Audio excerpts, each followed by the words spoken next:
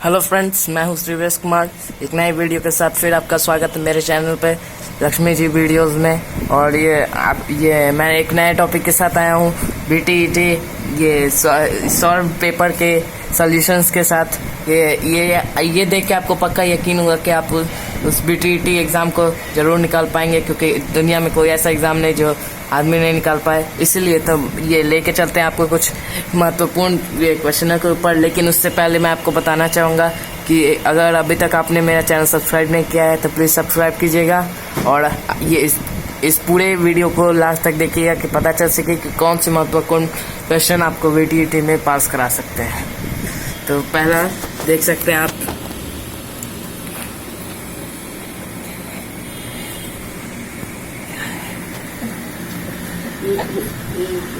Message है।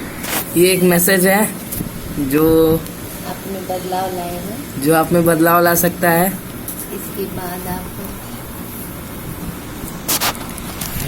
और फिर हम दूसरा दिखाना चाहेंगे मेन टॉपिक पर आए पाठ्यक्रम कि आपको सबसे पहले आप मेन टॉपिक पर आए कि 6 to 8 का जो पाठ्यक्रम होता है द्वितीय स्तर का पीटीईटी का, तो उसमें जो आप देख रहे हैं कि पहला है कि बाल विकास एवं शिक्षण विधि, जो 30 प्रश्न होते हैं और इसमें आपका निर्धारित जो अंक होता है वो भी 30 होता है। तो आप इसको किस तरीके से आसानी से इसको आप हल कर सकते हैं। इसके बाद सेकंड है आपका भाषा हिंदी जो होता है, जो फर्स्ट भाषा होता है आपका, जो लैंग्वेज होता है वो भी 30 प्रश्न का होता है और 30 इसमें निर्धारित अंक होते हैं जो आपको एक अवधि के अंदर ख़त्म करना होता है।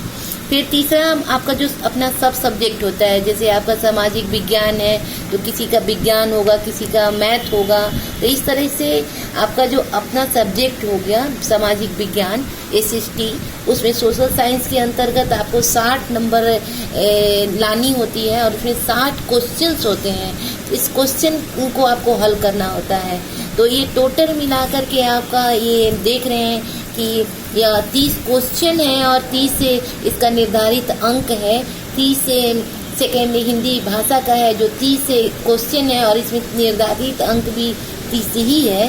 और तीसरा हो गया आपका सेकेंड लैंग्वेज जो इंग्लिश हम कहते हैं। तो इंग्लिश में आपका सेकेंड लैंग्वेज में जो भी क्षेत्रीय भाषा जो भी लिए होंगे, जो भोजपुरी लिए होंगे, मगही लिए होंगे और जो इंग्लिश लिए होंगे, खास तौर पर जो इंग्लिश लिए उसका 30 प्रश्न है और भोजपुरी जो लेंगे उसका भी 30 प्रश्न होगा, 30 से उसका निर्धारित अंक होगा। तो इस तरह से चौथा पे हम लोग आते हैं कि यह सामाजिक विज्ञान है और सामाजिक विज्ञान जो 60 प्रश्न होते हैं उसमें 60 अंक निर्धारित होते हैं। तो इस तरह से कुल मिलाकर के आपका 30 और 30 और 60 हो गया और फिर 30 हो गया, 90 और 60 टोटल मिलाकर के आपका 150 का अंक बनता है। ये जो 150 का अंक है इसमें आपको कितना भी कुछ करेंगे तो आप यह बाल विकास का जो शिक्षण विधि है, आप किसी भी तरीके से अगर आप कितना भी क्वेश्चन अगर डीपली आप बेसिक ढंग से पढ़ते हैं तो इसमें आपको 15 नंबर से लेकर के 20 नंबर तक तो लाना ही पड़ेगा। इसके बाद आप भाषा पर अच्छी पकड़ होगी, अगर आपकी भाषा पर अच्छी पकड़ होगी तो निश्चित तौर पर आप इसको अच्छे से क्वेश्चन को अगर पढ़ते हैं, क्वेश्चन को अगर आप बेसिक ढंग से पढ़ते हैं तो आप इसका हल करेंगे। अगर किसी भी तरीके से आप इसको हल कर रहे हैं तो आपको तो इसमें 15 नंबर निश्चित तौर पर अपने स्तर से लाने की कोशिश करेंगे अवश्य ही। और यह आपका ये तीसरा जो आपका ये जो सेकेंड लैंग्वेज जो आपका इंग्लिश है, किसी का मगही होगा, किसी का भोजपुरी होगा, तो उसमें भी आपका 30 क्वेश्चन और 30 इसका मार्क्स है। तो आप अपनी जो सेकेंड लैंग्वेज पर आकर कितनी भी पकड़ कम होगी तो भी ये आपको 15 नंबर या 20 नंबर के अंतर्गत तो ला ही सकते हैं दोस्त, क्योंकि इससे कम तो आप अपेक्षा भी नहीं कर सकते हैं। खुद से ही आप पूछ सकते हैं कि हमें अपनी सेकेंड भाषा पर कितना आपका पकड़ होता है। ठीक है, इसके बाद आप चौथे आपका जो अपना सब्जेक्ट है, आपका चौथा जो आपका अपना सब्जेक्ट है सामाजिक विज्ञान, वो उसमें 60 क्वेश्चन और 60 अंक है। ठीक, तो इस तरह से 60 आपने इसमें आपको पता भी है कि इसमें हिस्ट्री, सिविक्स और EVS और इकोनॉमिक्स सारे लोगों को मिलाकर के इतना होगा। तो आप कितना भी क्वेश्चन को अगर 10-10 भी हल करेंगे तो 40 नंबर तो आपका ऐसे ही आता है। तो इस तरह से आपका 20 और एक 15 फर्स्ट लैंग्वेज में आपका, और फिर एक 15 उसमें सेकेंड लैंग्वेज के अंतर्गत, और इसमें 40 नंबर। तो आप सोच सकते हैं कि 5 10 हो गया, इसके बाद 4 1 5 6 7 8 1 9 90 नंबर तो आप एक क्रैक कर ही सकते हैं खुद, बिना आपको बहुत ज़्यादा कठिन प्रयास के। लेकिन आपको लानी कितनी है? 120 लाने के लिए मेरे पास 30 और नंबर को जोड़ना होगा। तो 30 नंबर लाने के लिए आपको सबसे पहले हम आपको दिखाना चाहेंगे कि ये क्वेश्चन जो क्वेश्चन हम बता रहे हैं, जो मॉडल क्वेश्चन के तौर पे आपको मॉडल क्वेश्चन जो आपका सेट में जो भी हरियंत कर रहे हैं, यूनिक कर रहे हैं, किसी भी या पब्लिकेशन कर रहे हैं, तो आप उसको सबसे पहले पढ़ने के लिए प्रैक्टिस सेट के लिए एक पेपर ले लें, और पेपर को लेकर के आप उस पे सेट 4 भागों में डिवाइड कर दें, और उसको पहले क्वेश्चन को, भाग की कोई भी पहला क्वेश्चन को आप पेडागोजी में अच्छे से उस क्वेश्चन को पढ़ें। क्वेश्चन को पढ़ना बेहद जरूरी है, क्योंकि क्वेश्चन अगर आप अच्छे से नहीं पढ़ते हैं तो उसका आंसर कभी कभी जानते भर में भी गलत दे देते हैं। तो आपका यहाँ पहला क्वेश्चन है, बेसिक शिक्षा की विचारधारा के प्रतिपादक थे। बेसिक एजुकेशन एकदम इजी है, आप बेसिक जो जुड़े हुए हैं, व्यवहारिक ढंग से जुड़े हुए हैं, तो उसमें आप ऐसे भी देख पढ़ते हैं। तो देखिए, पहला है कि बेसिक शिक्षा की विचारधारा के प्रतिपादक रविन्द्रनाथ टैगोर है, मदन मोहन मालवीय है, महात्मा गांधी, और ये सभी दिया है। तो आप बेसिक एजुकेशन के तो जननायक ही महात्मा गांधी कहे जाते, तो आप ऐसे ही इसको सॉल्व कर सकते हैं, बी पर आप मार्क्स करके। आगे इसके बाद है कि प्राथमिक स्तर पर शिक्षा का माध्यम होना चाहिए। क्या होना चाहिए? अंग्रेजी, हिंदी या मातृभाषा, क्षेत्रीय भाषा। तो क्षेत्रीय भाषा तो आपका प्राथमिक स्तर पर, यानी बच्चे को पढ़ाने के लिए कौन सी? तो मातृभाषा, जो जल्दी से ये सीखता है। ठीक है, इसके बाद हम आते हैं हिंदी पे। तो हिंदी पर आपका ये पैसेज दिए रहेगा। पैसेज में आपको करना क्या है कि पैसेज को आप सबसे पहले तो अच्छे से पढ़ें। अच्छे से पढ़ने के बाद आपको खुद लगेगा ऐसा कि इसका आंसर क्या होना चाहिए। तो सबसे पहले है इसका क्वेश्चन कि इस गद्यांश में मैं किसके लिए आया है। ठीक है, तो आप मैं अपने किसी भी व्यवहार के लिए उत्तरदायी क्यों हूँ, ऐसे आप अपने इसको ढंग से पढ़ेंगे, एकदम अपने स्तर से पढ़ेंगे, तो आपको ऐसा लगेगा कि मैं जो आया है वह लेखक मात्र के लिए आया है। इसका बी इसका आंसर सही होगा, और आपके लिए, लेखक के लिए इसमें से कोई नहीं। तो आप जब इसे अच्छी तरीके से इस सारे गद्यांश को पढ़ेंगे तो आपका आंसर यहाँ आप रूपी आपके अनुसार आने लगेगा। फिर सेकंड में आपका देख रहे हैं पीठ सहलाना।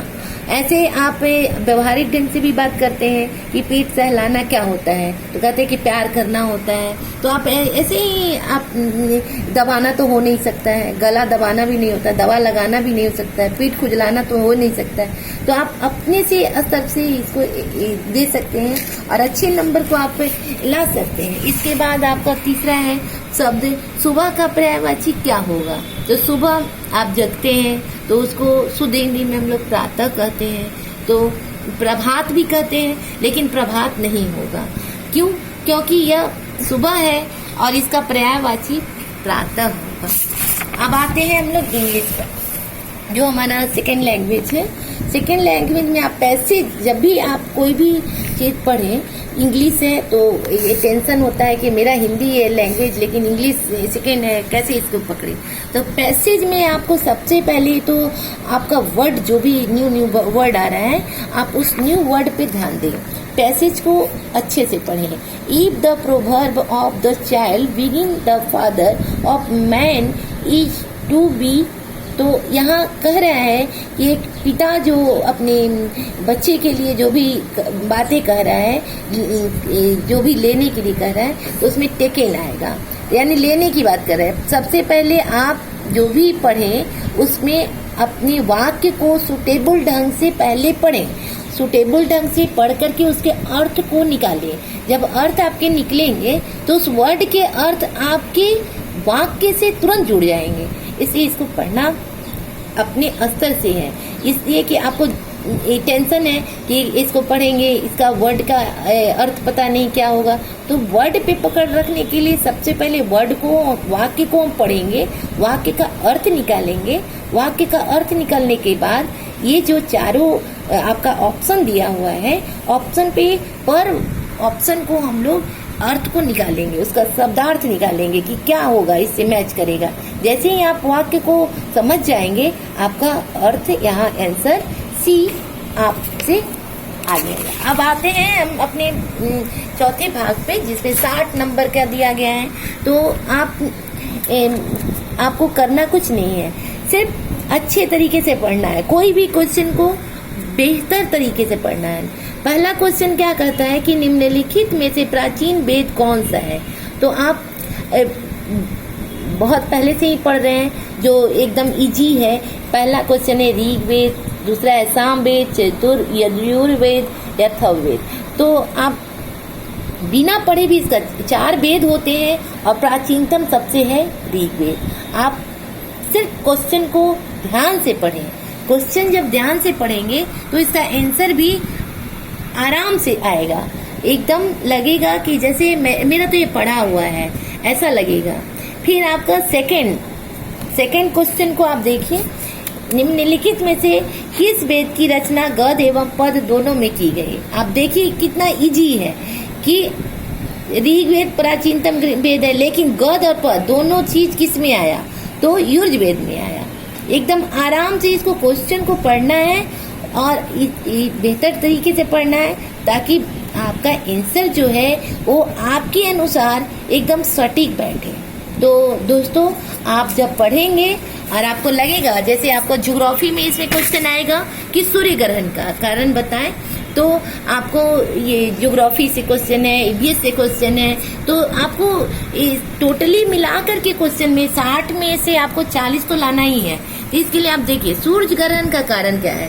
आप ऐसे भी अगर घर में हैं तो आपको लगेगा कि सूर्य ग्रहण चंद्र ग्रहण लगा रहता है, तो आपको जानना है कि आखिर क्यों होता है। तो आप इसको जब पढ़े रहेंगे, जाने रहेंगे, तो आप आंसर खुद ब खुद दे सकते हैं कि चंद्रमा के आने के बाद यह सूर्य ग्रहण होता है, और चंद्र ग्रहण में यहाँ पृथ्वी आ जाता है। तो चंद्र ग्रहण में यहाँ पृथ्वी आएगी, लेकिन पृथ्वी और सूर्य के बीच चंद्रमा का आना सूर्य ग्रहण का कारण बनता है। तो आप इस तरह से आसानी से 120 नंबर, 100 नंबर ला सकते हैं 150 नंबर में, और अपने जो बीटीईटी का एग्जाम है वो बेहतर बना सकते हैं। सिर्फ करना क्या है कि आपको क्वेश्चन अच्छी तरीके से पढ़ना है, और क्वेश्चन पढ़ने के बाद अपने अनुसार आपका पाया हुआ आंसर पा सकेंगे।